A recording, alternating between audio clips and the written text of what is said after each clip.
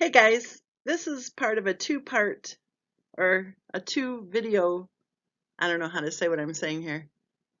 This is the first video of two that go together. So after you watch this one, then you'll want to head to the next one. This one is called Here You Go, Mom. And the second one is called This One's for You. So, part one. I want to let y'all know how it is that I got started with the whole true crime thing in the first place.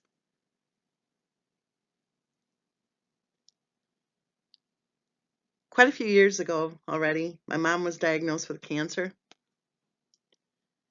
And her first oncologist, keyword first oncologist, told her she'd be lucky to see Christmas that year. How's that for a bedside manner? And she said, shame on you. Shame on you for trying to take away my hope. And she fired him on the spot. She fired him, 4'11.5" tall, and she fired her fancy schmancy oncologist with her finger pointing at him saying, shame on you. So she went and found a really good oncologist, and she proceeded to live for another 8 years. She lived on her own. That was a big deal to her. She wanted to be able to live on her own and tend to her own needs. She had a beautiful home out in Arizona, and she was very proud of her home, and she was very proud of the fact that she was able to live on her own right up till her death. But during her battle with cancer, she really got excited. And you guys in the true crime community are going to laugh at this, but she really got excited when it was time for the Nancy Grace show to come on the air. And oh my gosh, the case of little Caylee Anthony was what my mom focused on a lot.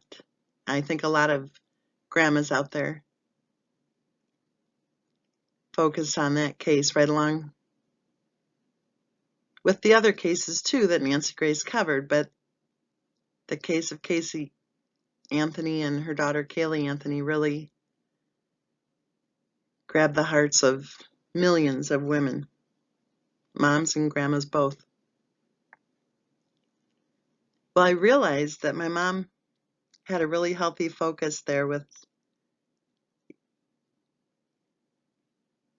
developing this intense interest in true crime, even though her go-to gal was Nancy Grace. I appreciated the fact that she did have something going on during all of those years that she was battling cancer that really helped her to take her mind off of her health issues at the time. So I jumped into the true crime community and started learning about these cases that my mom was telling me about during our marathon phone conversations. And that is how I became interested in the true crime community and taking part in these discussions. So before long, I started writing my essays and putting them up on Amazon.com. And, you know, I didn't write them for the people in our Facebook groups, and I didn't write them for any reason really other than to say, hey, Mom, I wrote an essay on that case. And of course, she was into Kindle, and she thought it was pretty dang cool that her daughter, who she called the lawyer, even while I was still earning my undergrad degree, had published works on Amazon.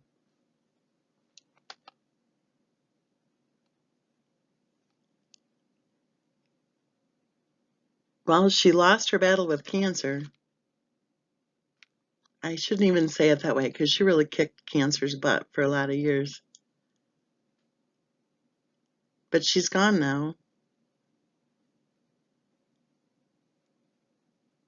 And even though she's gone, my interest in the true crime cases lives on. And so does my interest in writing essays and putting them up on Amazon.com. And just like when she was still alive, I still do it to this day when I put a new essay up online. I say right out loud, "Here you go, Mom. This one's for you."